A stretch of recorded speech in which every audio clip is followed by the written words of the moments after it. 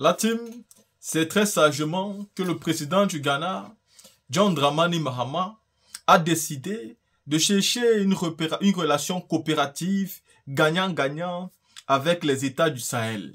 Nous avons vu sa visite au Burkina, au Mali et au Niger. Et à côté de ça, pour ceux qui suivent des informations, vous savez que le Togo vient de réaffirmer sa volonté de pouvoir entrer dans les pays du Sahel.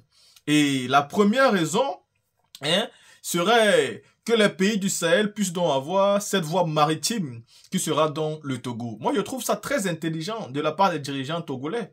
Parce que l'erreur qu'Alassane Ouattara a fait, c'était de vouloir faire partie de ceux qui vont faire mettre l'embargo à ces États-là, sachant très bien qu'il gagnait une grande partie de son argent grâce à ces États-là.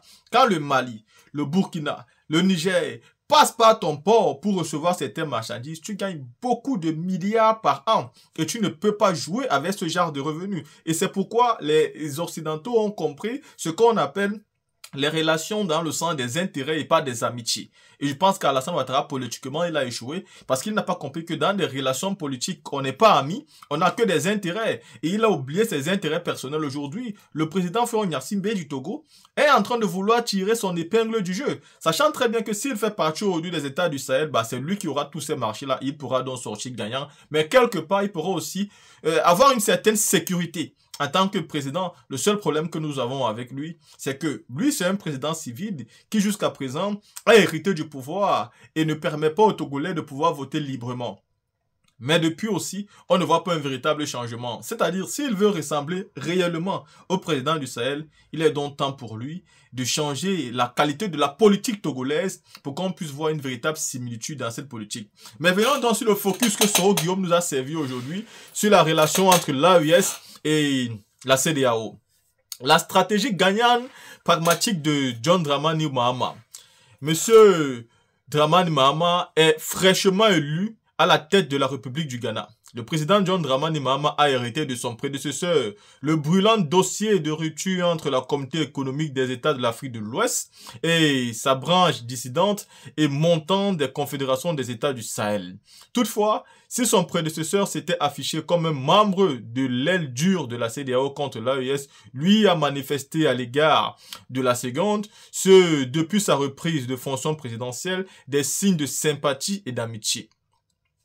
La présence triomphale du capitaine Ibrahim Traoré à l'investiture d'Accra, à l'aimable invitation de John Dramani Mahama, le capitaine Ibrahim Traoré, président du Faso, s'est rendu à Accra le 7 janvier 2025 pour assister à sa cérémonie d'investiture de tous les chefs d'État et de représentants de l'État présent. Il fut le plus acclamé, signe de sa popularité au-delà de ses frontières nationales, du jeune révolutionnaire africain, héritier de toute autre popularité et révolutionnaire burkinabé Thomas Sankara. A noter que cette visite du capitaine Traoré marquait sa première sortie officielle hors de son pays. C'était déjà là un signe annonciateur de la bonne entente entre le nouveau président ghanéen et son homologue burkinabé en particulier et ses homologues de l'AES en général. Faut juste simplement préciser ici que le président Ibrahim Traoré a déjà fait une sortie en Russie où il avait eu une rencontre et on sait très bien le discours qu'il avait donné là-bas. Donc ce n'est pas sa première sortie depuis qu'il est président. Il faudrait peut-être le préciser aussi. La mission de recollage des morceaux. À ses homologues de la CEDEAO, le président ghanéen a montré sa disponibilité, sa disposition à œuvrer au retour des 3 États frères de l'AES. En visite à Abidjan le 5 mars dernier, il a reçu officiellement du président ivoirien Alassane Ouattara la mission de médiateur pour une réintégration des 3 États. Nous sommes mieux à 15 qu'à 3, avait alors affirmé en chœur les 2 chefs d'État. Une mission plus fructueuse pour le Ghana que pour la CEDEAO. Fort de la mission à lui confiée par Monsieur le Président Ouattara, John Dramani Mahama a fait le tour des 3 États de l'AES du 8 au 10 mars. Ce que l'on retient et qui n'a échappé à aucun observateur est qu'au menu des discussions et des déclarations se trouvait plus la question de coopération bilatérale, notamment économique et sécuritaire entre le Ghana et chacun des 3 pays. Il a proposé, entre autres, l'établissement par une compagnie aérienne ghanéenne d'une ligne quotidienne entre Accra et Ouaga, l'accès de l'AES au port ghanéen de Takoradi et de Tema, la nécessité d'une coopération militaire face aux défis sécuritaires communs partout il a au moins évoqué la réintégration de l'AES dans la CEDEAO que la nécessité d'une collaboration entre les deux blocs sous-régionaux. Mieux, à Niamey, il a évoqué, avec le général Abdourahmane Tchani, le besoin de collaboration, voire reconnaissant de l'AES par la CEDEAO. Le pragmatisme de John Dramani Mahama est efficace et on peut le reconnaître ici. Tout porte donc à croire que le président ghanéen, mis en mission par ses pairs de la CEDEAO, a jugé bon de se mettre lui-même en mission au service de sa patrie. A-t-il tort? Un homme intelligent et pragmatique n'a-t-il pas réalisé que l'AES était un processus irréversible, acté, dont chaque pays de la CEDEAO moribonde ne doit désormais que tirer profit à travers un partenariat gagnant-gagnant? En réalité, c'est ça. Le président John Dramani Mahama vient de comprendre, moi je le dis tous les jours, vient de comprendre que l'AES aujourd'hui est acté, c'est terminé. Vous ne pouvez plus demander à ces trois pays de revenir dans la CEDEAO car c'est impossible. Leurs populations ne vont pas accepter ça.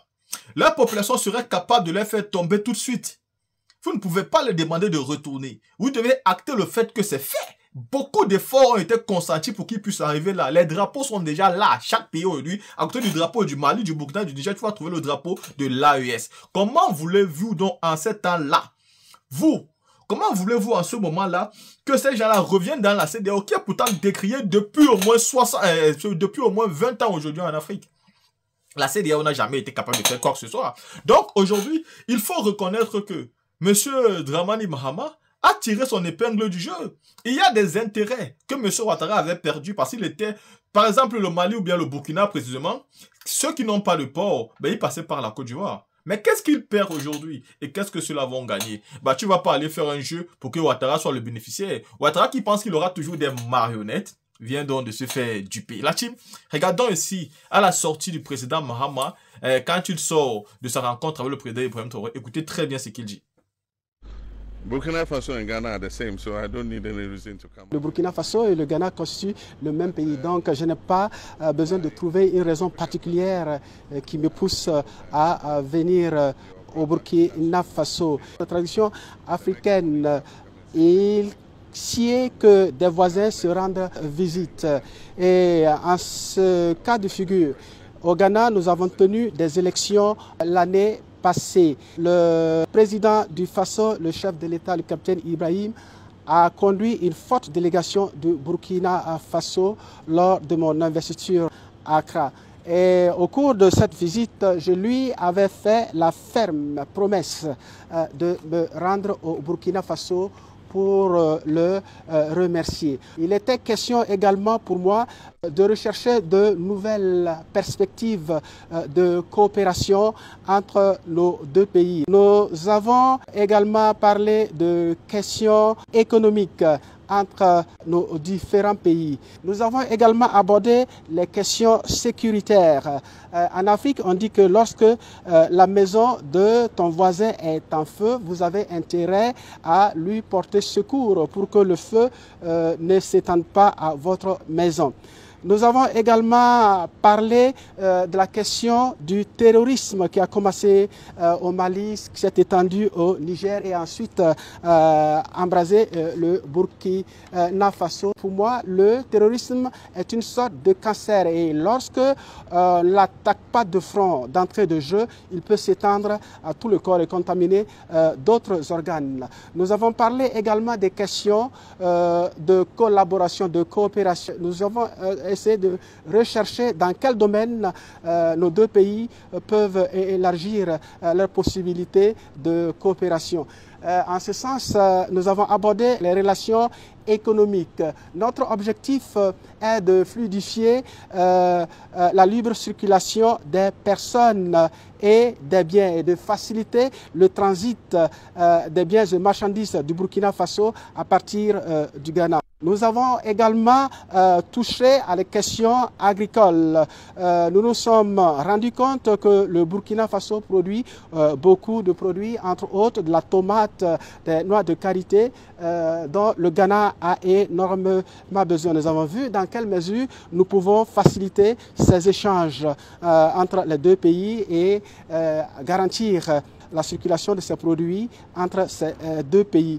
Il a également été question de la mise en place d'un vol direct Accra-Ouagadougou. Il y a une compagnie intérieure, donc locale au Ghana, et qui envisage ouvrir une ligne sur Ouagadougou au moins une fois par jour. Il a également été question de la fourniture de l'électricité. Le Ghana envisage la construction d'un gazoduc qui ira jusqu'à Balgatenga. Et nous avons foi que ce gazoduc pourrait être étendu au Burkina Faso. Nous avons également parlé des questions de gaz. Le Ghana dispose d'unités de production de gaz. Et en produisant ce gaz, le Burkina Faso également pourrait en bénéficier. Discuss.